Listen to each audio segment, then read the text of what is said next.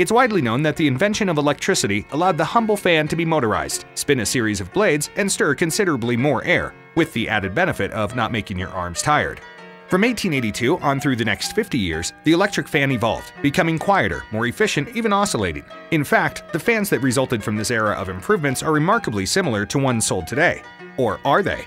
Less well known is a major evolution in fan design that was actually sparked by man's quest to fly higher and faster than ever before.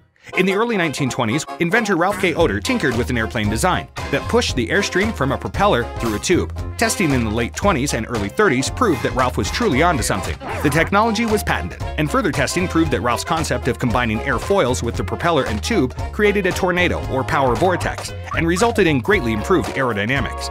It was during this time that the words vortex and tornado were combined, creating the phrase Boneaido. As he refined the technology, Ralph recognized that the same air principles that made his plane unique could also be applied to elevate the common fan to an ultra-high performance fan. Air circulator. In the 1940s, the city of Wichita, Kansas became the unlikely birthplace of a revolutionary new way to circulate air. Actually, if you consider that Wichita, known as the air capital of the world, was the birthplace for some of the biggest names in aviation, perhaps it's not so unlikely that the air capital of the world is also the birthplace for a new air circulator. It was in Wichita that Ralph met O.A. Sutton, owner of a fabrication shop specializing in aircraft equipment. Ralph introduced his designs and continued to refine his circulator.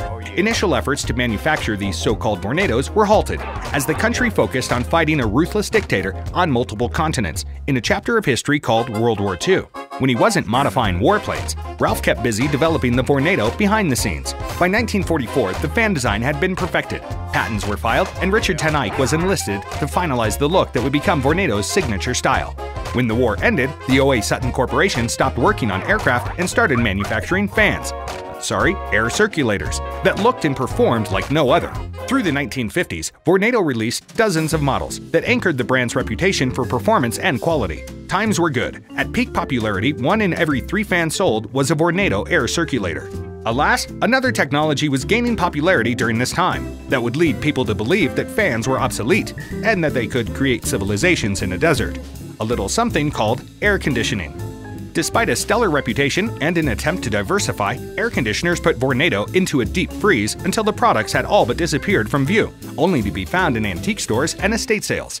In the early 1980s, Michael Cope, an avid fan collector, recognized that the attributes that made the original Boneaido so effective were noticeably absent from modern fans. He realized that the Boneaido brand could again keep people comfortable and allow them to save energy, despite the magical wonders of air conditioning. A new Boneaido air circulator was built, using modern materials and styling. Though different on the outside, the new Boneaido still incorporated the unique aerodynamics conceived by Ralph K. Oder so many years before. One needs only to look closely at a Boneaido to see several major differences from typical fans.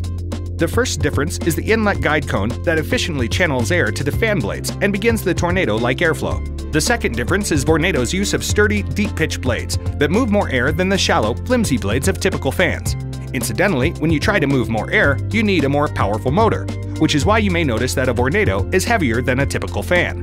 The third difference is the air tunnel that focuses all of the air to the front of the product where it meets the fourth and newest difference, a spiral-shaped grill that twists in the opposite direction of the spinning blades. This offsets the twisting motion of the air, extending it far into the room.